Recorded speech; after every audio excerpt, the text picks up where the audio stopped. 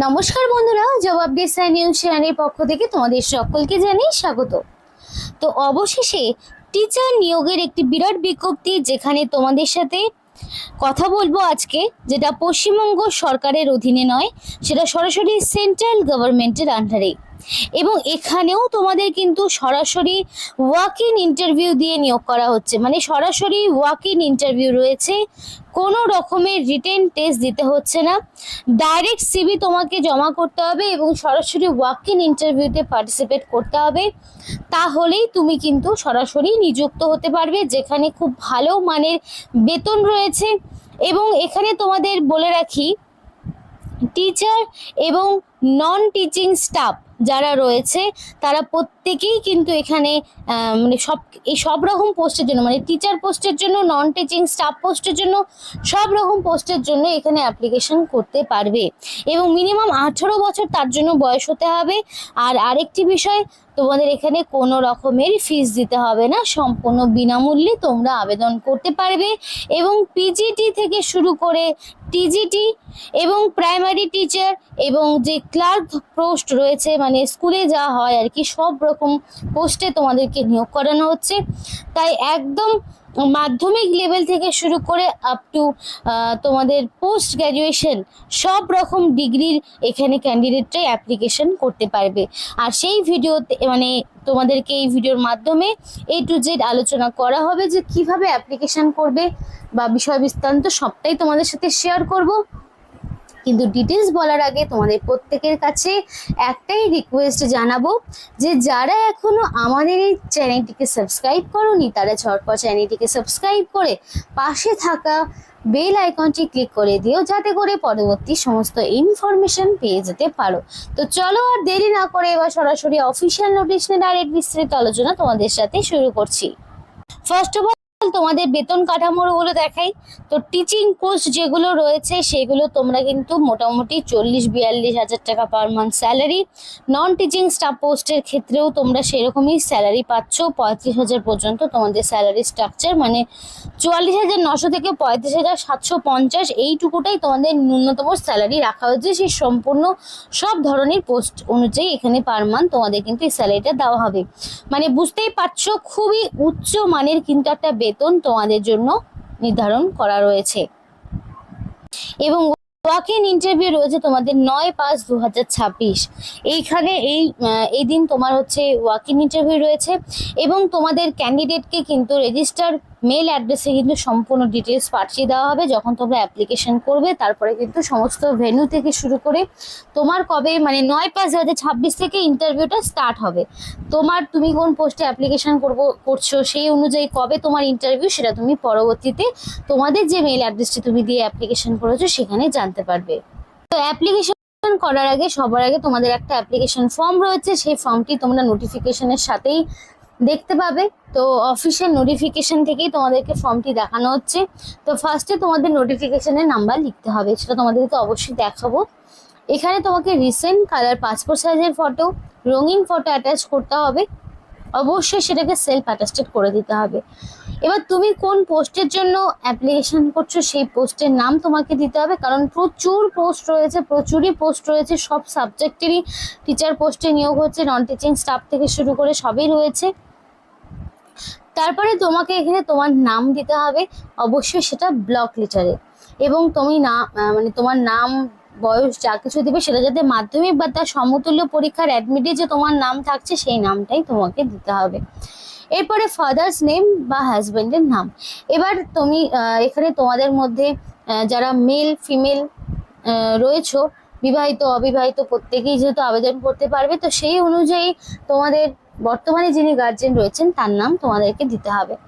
Permanent অ্যাড্রেসের ঘরে তোমার সম্পূর্ণ অ্যাড্রেস থাকবে, মানে ফার্স্ট অফ অল তোমাদের ভিলেজের নাম, তারপরে থাকবে পোস্ট অফিসের নাম, পুলিশ স্টেশনের নাম, ডিস্ট্রিক্টের নাম এবং পিনকোড। এইভাবে সম্পূর্ণ অ্যাড্রেস তোমাকে দিতে হবে, এবং অ্যাড্রেস প্রুফ হিসেবে তুমি যদি আধার কার্ড দাও তাহলে আধার কার্ড অনুযায়ী তোমার যে অ্যাড্রেস ডিটেলস রয়েছে সেটা তোমাকে দিতে হবে। যদি ভোটার আইডি দাও তাহলে ভোটার আইডি অনুযায়ী তোমার যে অ্যাড্রেস ডিটেলস রয়েছে তোমাকে কিন্তু সেটাই তোমাকে বসাতে হবে। এবার অ্যাড্রেস ফর কোরেসপন্ডেন্স কারোর ডিফারেন্ট হয়, কারোর সেমই হয়। ডিফারেন্ট হলে ডিফারেন্ট ইনফরমেশন ইনপুট করতে হবে। মোবাইল নাম্বার অবশ্যই ভ্যালিড মোবাইল নাম্বার দেবে, যাতে করে সিলেকশন প্রসেসের অল ইনফরমেশন তুমি পেয়ে যেতে পারো। মেল আইডি অবশ্যই তোমাকে ভ্যালিড দিতে হবে। Date of birth day month year হিসাবে তোমার ডেট অফ বার্থ বসাতে হবে, এবং এজ 30/6/2026 অনুযায়ী তোমার যা বয়স সেটা তোমাকে ক্যালকুলেট করে বসাতে হবে। 30/6/2026 মানে তোমাদের হচ্ছে জুলাই, মানে 30শে জুলাই অনুযায়ী তোমাদের ডেট বয়সটাকে ক্যালকুলেট করতে হবে। কত বছর কত মাস কত দিন হচ্ছে সেটাকে তোমাকে ক্যালকুলেট করে বসাতে হবে। এবার আর একটা বিষয় তোমাদেরকে বলতে চাই, এটা কিন্তু তোমাদের বিভিন্ন স্টেট ওয়াইজ নিয়োগ হচ্ছে। বিভিন্ন স্টেট থেকেই তোমরা আবেদন করতে পারবে। যারা ওয়েস্ট বেঙ্গল, আসাম, বিহার থেকে যদি ভিডিও কেউ দেখে থাকো, মানে ওয়েস্ট বেঙ্গল বাদ দিয়ে যদি আসাম, বিহার থেকেও দেখে থাকো, তারাও কিন্তু এখানে অ্যাপ্লিকেশন করতে পারবে। তো ওয়েস্ট বেঙ্গলের এক্স্যাক্টলি কোন কোন লোকেশনে, বেসিক্যালি এটা কিন্তু নবোদয় বিদ্যালয়ের কথা বলছি। তো এখানে এনভির পক্ষ থেকে নোটিফিকেশন জারি হয়েছে। তো নবোদয় বিদ্যালয় কিন্তু সমস্ত জেলায় একটা করে রয়েছে। তো এখানে তোমাদের এক্স্যাক্টলি কোন জেলায় কতগুলো ভ্যাকেন্সি রয়েছে, ডিস্ট্রিক্ট ওয়াইজ ভ্যাকেন্সি ডিটেলস যদি তোমাদের জানতে হয়, অবশ্যই তোমাদেরকে ডিস্ট্রিক্টের নাম আমাদেরকে কমেন্ট করে জানাতে হবে, এবং তোমাদের ডিস্ট্রিক্টের নাম আমাদেরকে অবশ্যই জানাও, তাহলে আমরাও তোমাদেরকে ইনফরমেশন জানাতে পারবো যে তোমার ডিস্ট্রিক্টে এক্স্যাক্টলি কোন কোন পোস্টে কতগুলো ভ্যাকেন্সি রয়েছে। তাই জেলার নাম লিখতে একদমই ভুলো না, কারণ কি সময় কিন্তু খুবই কম রয়েছে। তার মধ্যে তোমাকে অ্যাপ্লিকেশন সাবমিট করতে হবে, এবং সাবমিট করে তারপরে তুমি ওয়াক ইন ইন্টারভিউ ডেট পাবে, এবং ওয়াক ইন ইন্টারভিউ পার্টিসিপেট করার পর তোমার মেরিট লিস্ট আউট হবে। তাই দেরি না করে ঝটপট ডিস্ট্রিক্টের নাম আমাদেরকে কমেন্ট করে জানাও যদি তোমাদের ডিটেলস জানতে হয় ভ্যাকেন্সির বিষয়ে। কারণ অনেকের এই ধারণা থাকে যে প্রচুর ক্যান্ডিডেট হবে এবং ইন্টারভিউ দিয়ে কোনো লাভই হবে না, এই ধারণাটা অনেকেরই থাকে। তাই তাদেরকে বলছি অবশ্যই জানাও কমেন্ট করে ঝটপট। এরপরে তুমি যদি SC ST OBC general EWS যা তোমার ক্যাটাগরি সেই অনুযায়ী তুমি দেবে, এবং অবশ্যই তোমাকে এসসি এসটি ওবিসি ইডাব্লিউএস হলে পারে ওয়াক ইন ইন্টারভিউর সময় তোমাকে প্রুফ সাবমিট করতে হবে। আর ফিজিক্যালি হ্যান্ডিক্যাপ হলে ইয়েস দেবে, নইলে নো। ইয়েস থাকলে তোমাকে সার্টিফিকেট দেখাতে হবে। ন্যাশনালিটি অবশ্যই ইন্ডিয়ান হতে হবে, ইন্ডিয়ান সিটিজেনশিপ ছাড়া আবেদন করতে পারবে না। এবার এডুকেশনাল কোয়ালিফিকেশন তোমাদের শুরু হবে একদম এসএসসি মানে সিনিয়র সেকেন্ডারি থেকে তোমাদের স্টার্ট হবে, একদম মাধ্যমিক লেভেল থেকে তুমি সমস্ত রকম মার্কশিট বা ডিটেলস তোমাকে বসাতে হবে। যেমন 10th অনওয়ার্ড বলা রয়েছে, তাহলে ফার্স্টের বক্সে থাকবে তোমাদের মাধ্যমিকের ইনফরমেশন, কত সালে পাস করেছো, কোন বোর্ডের আন্ডারে, কী কী সাবজেক্ট ছিল, ডিভিশন বা পার্সেন্টেজ। তারপরে থাকবে তোমার উচ্চ মাধ্যমিকের সমস্ত ডিটেলস, দেন গ্র্যাজুয়েশনের সমস্ত ডিটেলস।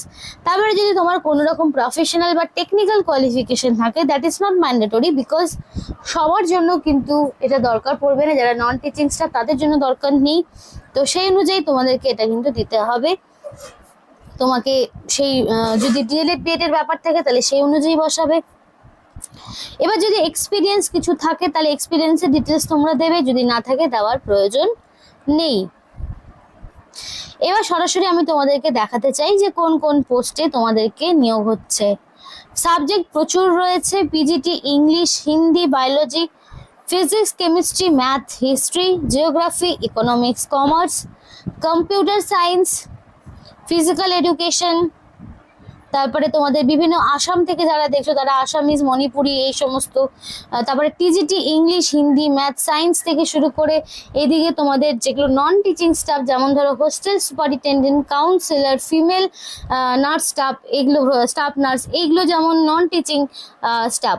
তারপরে যেমন টিজিটির যেগুলো নিয়োগ হচ্ছে, physical educator, special educator, library, art, music, TGT, computer science, এছাড়াও নেপালি, গারো, খাসি, মিজো, মণিপুরি, টিজিটি, বেঙ্গলি।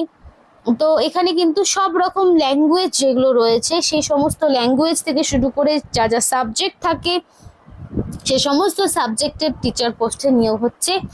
আর এখানে কিন্তু তোমাদের সরাসরি ওয়াক ইন ইন্টারভিউ দিতে হবে, এবং কোয়ালিফিকেশন তো পিজিটি হলে অবশ্যই পোস্ট গ্র্যাজুয়েট ডিগ্রি লাগবে প্লাস বিএড। আর তাই আমি ডিটেলসে বলছি না, সাবজেক্ট ওয়াইজ দেখে নিয়েছো। এবার যদি টিজিটি হয় তাহলে অবশ্যই তোমাকে গ্র্যাজুয়েট হতে হবে, তাহলে তোমার টিজিটি যদি হয়ে থাকে তাহলে গ্র্যাজুয়েশন। এবার দেখো হোস্টেল সুপারিনটেন্ডেন্ট যেটা রয়েছে সেখানে কিন্তু তোমার গ্র্যাজুয়েশন লাগবে ইন এনি ডিসিপ্লিন, যে কোনো শাখা থেকে মিনিমাম গ্র্যাজুয়েট। কাউন্সিলর যদি হয়ে থাকে তাহলে তোমাদের মাস্টার ডিগ্রি লাগবে এমএ অথবা এমএসসির ওপরে ইন সাইকোলজি। এরপরে তোমাদের যদি ফিমেল স্টাফ নার্স হয়ে থাকে তাহলে বিএসসি লাগবে, তাহলেই কিন্তু তোমরা আবেদন করতে পারবে। নিয়োগটি কিন্তু তোমাদের এখানে পরিষ্কার বলা রয়েছে নবোদয় বিদ্যালয়ের পক্ষ থেকে করা হচ্ছে এবং নোটিফিকেশনের নাম্বারও দেওয়া রয়েছে, দেখে নাও। এটা হচ্ছে তোমাদের নোটিফিকেশনের নাম্বার।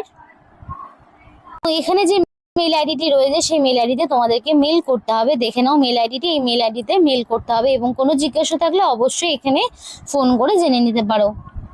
তো খুবই ভালো সুযোগ প্রত্যেকের জন্য, প্রচুর বেতনে তোমাদেরকে নিয়োগ করা হচ্ছে, যেখানে কোনো রকম রিটেন টেস্ট নেই, সরাসরি ওয়াক ইন ইন্টারভিউ।